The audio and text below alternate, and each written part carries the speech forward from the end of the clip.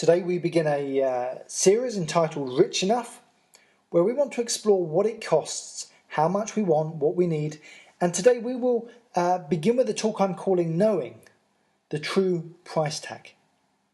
You see, knowing and knowledge has a price tag.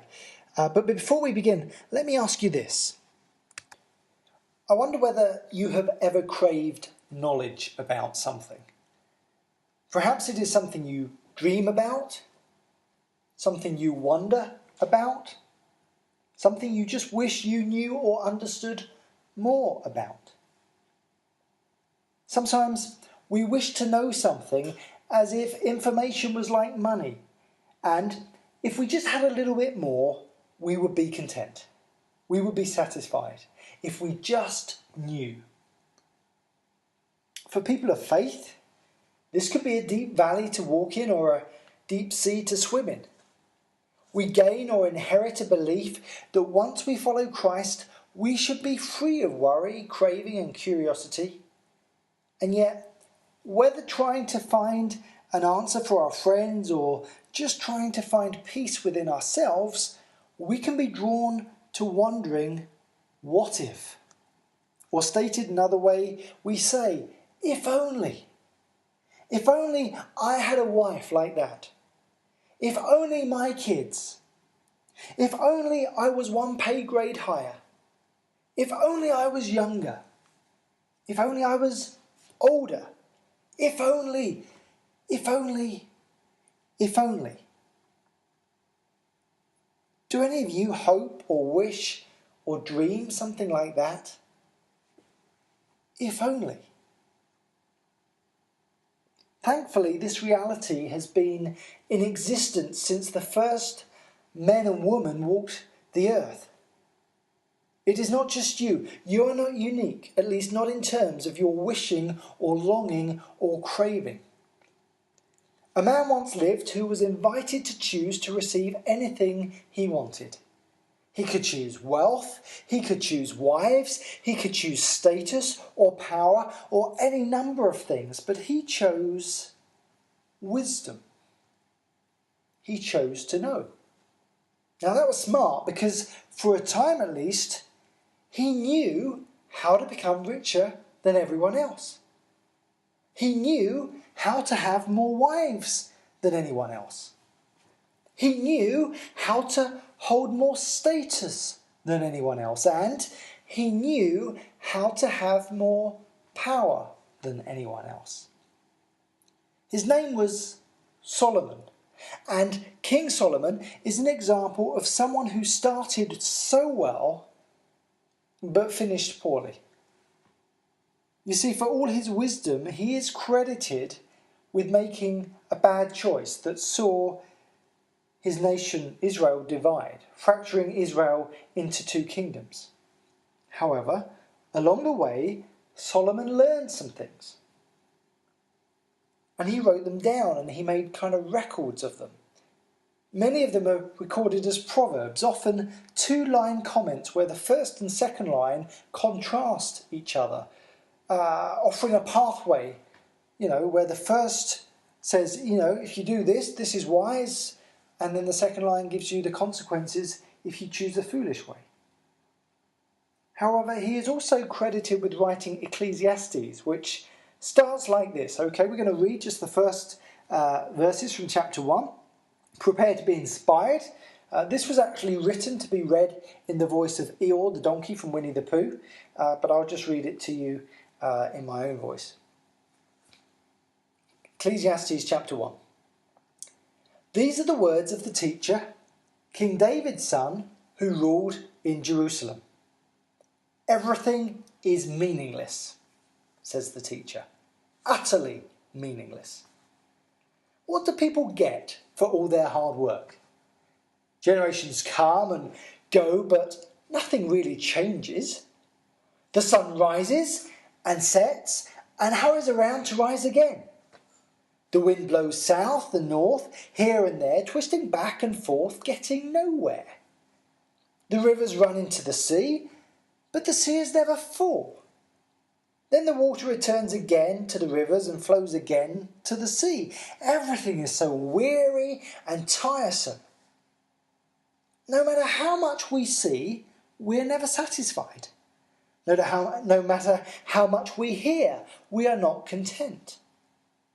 History merely repeats itself. It has all been done before. Nothing under the sun is truly new. What can you point to that is new? How do you know it didn't already exist long ago? We don't remember what happened in those former times. And in future generations, no one will remember what we are doing now. I, the teacher, was king of Israel, and I lived in Jerusalem. I devoted myself to search for understanding and to explore by wisdom everything being done in the world. I soon discovered that God dealt tragic existence to the human race. Everything under the sun is meaningless, like chasing the wind. What is wrong cannot be righted. What is missing cannot be recovered. I said to myself, look, I am wiser than any of the kings who ruled in Jerusalem before me. I have greater wisdom and knowledge than any of them. So I worked hard to distinguish wisdom from foolishness. But now I realize that even this was like chasing the wind. For the greater my wisdom, the greater my grief. To increase knowledge only increases sorrow. We could summarize this teaching in a couple of phrases. Firstly, no matter how much we see, we are never satisfied. No matter how much we hear, we are not content. Finally, for the greater my wisdom, the greater my grief. To increase knowledge only increases sorrow. This morning, I want us to think about the true price tag of knowledge.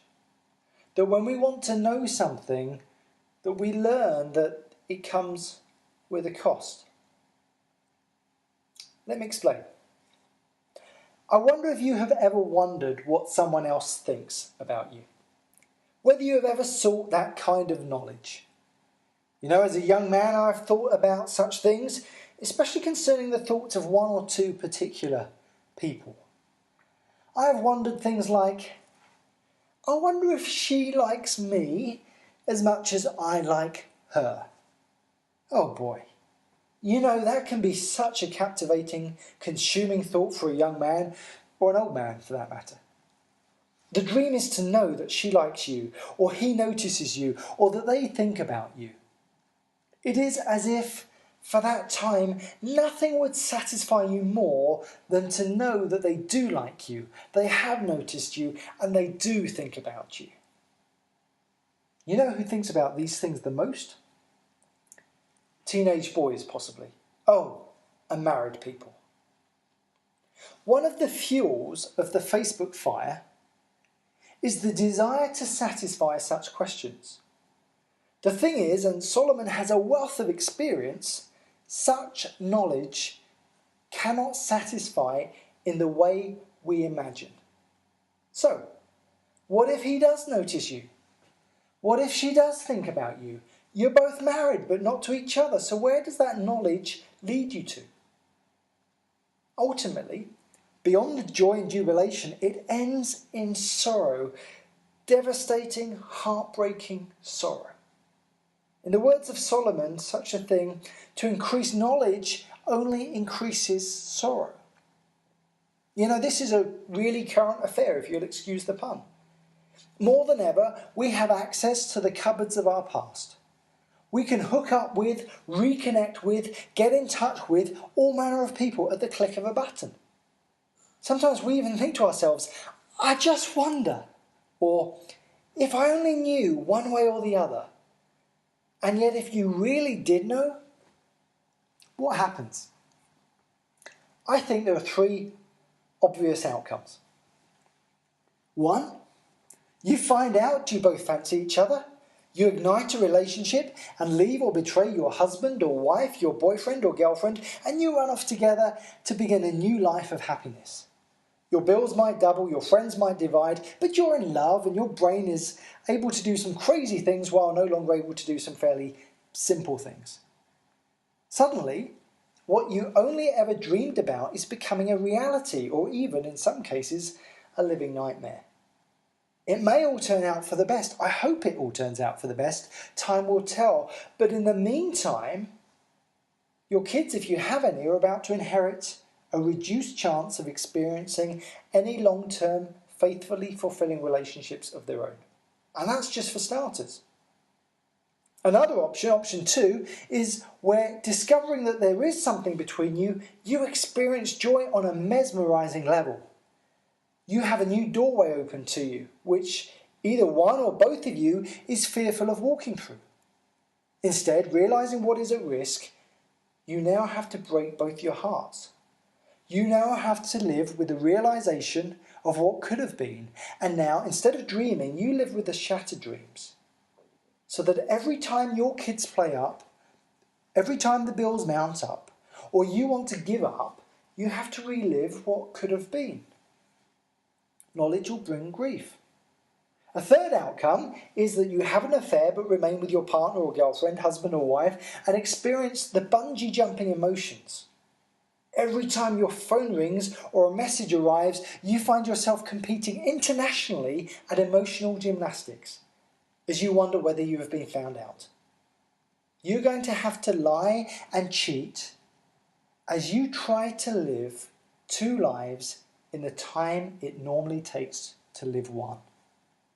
For all the excitement, you are only ever moments away from sorrow. Again, to use the words of a man who had more wives and relationships than anyone else, the greater my wisdom, the greater my grief. To increase knowledge only increases sorrow. You see, Solomon had dreamed dreams, and he had desired knowledge, and at the time of writing this, he has got knowledge. He was a king at a time when kings got everything they wanted, like his father David. Solomon could literally send out for company, and because he was king, no one would dare say a thing or bat an eyelid. In this aspect of his life, knowledge and a sense of knowing is a euphemism for sexual relationships. Adam knew Eve, so the Bible says, when conveying the physical sense of oneness. It is that image of knowing in the most total, complete, intimate sense imaginable. You know, in the New Testament, when Jesus ministers to the woman at the well who has had 5 failed marriages and another relationship, her one-line testimony is, "Come and meet the man who knows everything I have ever done." In other words, Jesus knew who she had known, who she had been with, who she had done, and who she had been done by. So let me ask you again, what do you wish for? What do you wish for? It may not be relational at all. That is just one area of life. You may dream of knowing all sorts of things. Like, what would it be like to be the employer, not the employee? Or what would it be like to be the parent, not the child, or the teacher, not the student? You may wonder what it would be like to live in that bigger house or to drive that faster car. You may wonder what it would be like to be part of that better church or to know that other person. With all these things, with knowledge will come sorrow. Not just sorrow, there will be feelings of immense joy, gratification and appreciation, but there will also be grief and sorrows. You see, we want to be able to label. We want to be able to label. There may be things which you also wish you knew about God. Again, for faith-filled people, this can create a crucible of pain and discomfort. Let me give you an example. In Judges, the story of Samson tells of a moment when his mother and father have been visited by a stranger who brings them good news, miraculous news. And so they want to know who it is, who is the messenger. In other words, they want to know a name for this person. They want to know because they want to be able to label this moment. Let me read it to you. Judges 13, verses 16 through 18. "I will stay the angel of the Lord replied, "but I will not eat anything. However, you may prepare a burnt offering as a sacrifice to the Lord." Manoah, that turns out to be Samson's dad, didn't realise it was an angel of the Lord. Then Manoah asked the angel of the Lord, "What is your name? For when all this comes true, we want to honour you." "Why do you ask my name?" the angel of the Lord replied. "You wouldn't understand if I told you." That's a bit of a put down there, isn't it? The angel of the Lord is simply saying, you don't have the capacity to comprehend who I am. You know, back in the Garden of Eden, it was too much. It was too much when mankind took from the tree of knowledge of good and evil. We do not have the capacity to cope with knowing all things. We are not God. And one of the critical elements of that, us not being God, is knowing our limits. Even what we can and can't comprehend. Adam and Eve's sin was a result of believing themselves better than they were. More able to kind of handle what God had said they couldn't handle. To consume what God said they wouldn't be able to understand, hold together, what they couldn't kind of consume and live with. Which is why he says, you know, do not take from the tree at the centre of the garden or you will surely die. Grief and sorrow come out of knowledge and knowing. Solomon serves as an example of a man who had the answer to everything. He was not without anything. His conclusion that beyond the joy and ecstasy and excitement was pain and sorrow. So I wonder again, what do you wish for? Whatever it is, bear in mind that it will come at a price. You see, faster cars cost more to fix and run. Bigger houses cost more to run and there's more to go wrong. Extramarital relationships cost futures and families. I was with a neighbour a few months ago who had just lost his father to cancer, late in life, but he had lost him to cancer. In fact, when I was reading through this talk 2 weeks ago, my brother was at that very moment undergoing surgery to try and remove a tumour. Cancer is a name that we now have. More and more people are diagnosed with something that we know but haven't always known. Now it's good to know it and name it so that progress is made and treatments are developed. You know, for centuries people died of old age not knowing what it was that killed them much of the time. Now we know it. We have a name for it, and that is not a bad thing, but it comes with a price tag. People now sometimes fear what previous generations didn't know. I'm not saying that our knowledge shouldn't increase or develop, or that we should settle as we are and simply stand still. I'm not saying that at all. And neither was Solomon. And he certainly didn't live like that.